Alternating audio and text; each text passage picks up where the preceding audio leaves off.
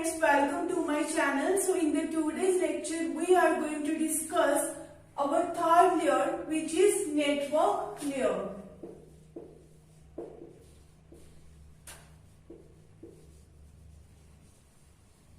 So this is our third layer. Till now we have discussed physical layer as well as data link layer. Now we will be discussing the network layer completely. So network layer is responsible for host to host communication. Network layer is responsible for host to host communication.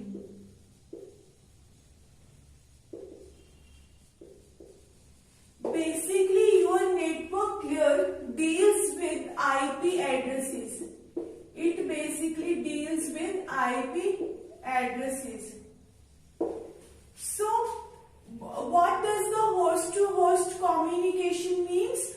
Let's suppose your sender is sending some message to the other party, and the IP address is responsible for delivering your message to the destination.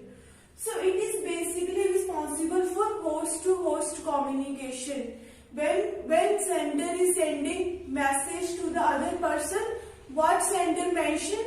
Sender mentioned source IP address and the destination IP address, with the help of which we can easily get to the destination machine. And this destination IP address never gets changed in the intermediate path. Because when your message goes from one person to another person, there are several routers present in the intermediate path. But your destination IP address never gets changed in the intermediate path. It never changed. And we also studied about the data link layer. So what does data link layer deals with? Data link layer deals with MAC addresses.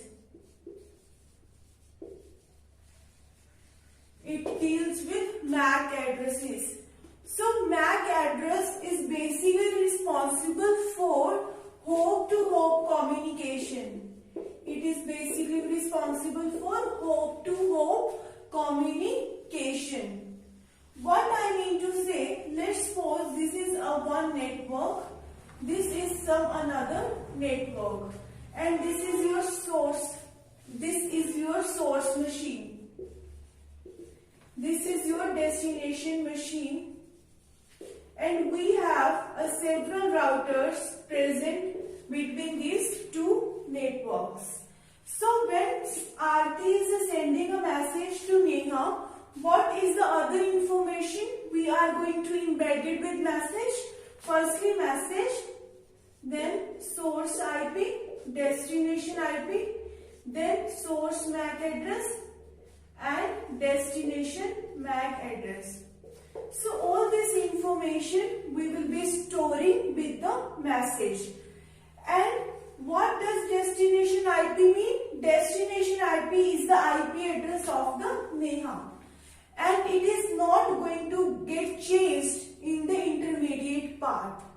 And what is the source MAC address? When Aarti is sending message to Neha, this is your source MAC, this machine at MAC address is basically your source MAC. And MAC address, I told you, is responsible for a hope-to-hope communication.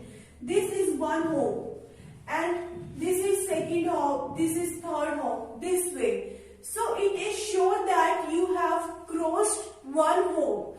And initially when we are sending packet, we are giving this router's MAC address as the destination MAC address. So once we are sure that we have crossed one hop, we have reached at this router, then what we will be doing? We will be changing our source MAC address and destination MAC address. But destination IP address will not be getting changed. Then this router's MAC address becomes your source MAC address, and this hope MAC address becomes your destination MAC address. And when your packet reaches at this router, the router's MAC address become your source MAC address, and the Neha's machine MAC address becomes your destination MAC address. So it is a long goal. It is a big goal.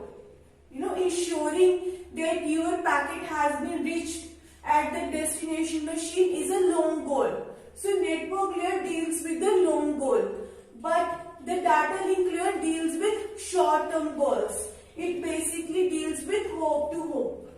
So it is a short-term goal, and MAC addresses gets changed in the intermediate path, while IP address doesn't get changed in the intermediate path.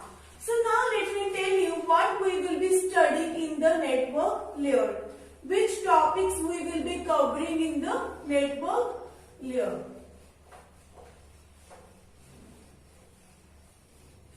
So our first topic which we will be studying is switching. The first thing is switching. So we have basically two types of switching: packet switching and circuit switching.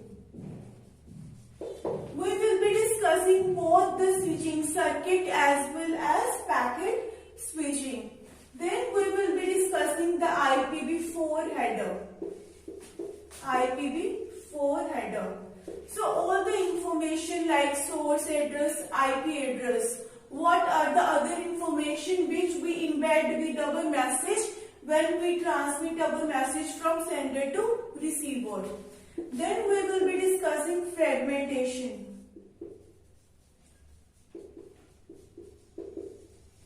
Fragmentation. How we can break a bigger packet into small packets so that our packets can reach to the destination as fast as possible. We would try to use the pipelining concept here. If you are sending a very big message to the other side, it would be taking some time. But if you are dividing your bigger packet into smaller packets, you are doing parallel processing of all those packets. So the total time taken to reach at the destination is going to be less with the help of pipelining concept. Then we will be studying routing algorithms. I told you about the router, that router is acting like a director. It will direct your packet to the original destination with the help of some routing table. So each and every router has some routing table which is acting like a mind for the routers, with the help of which they take decision that which direction they should send our packet, so that our packet can reach to the destination. So the question is how to make that routing tables. How we should make, which algorithm we should use to make that algorithms. So in this we will be using this TENS vector.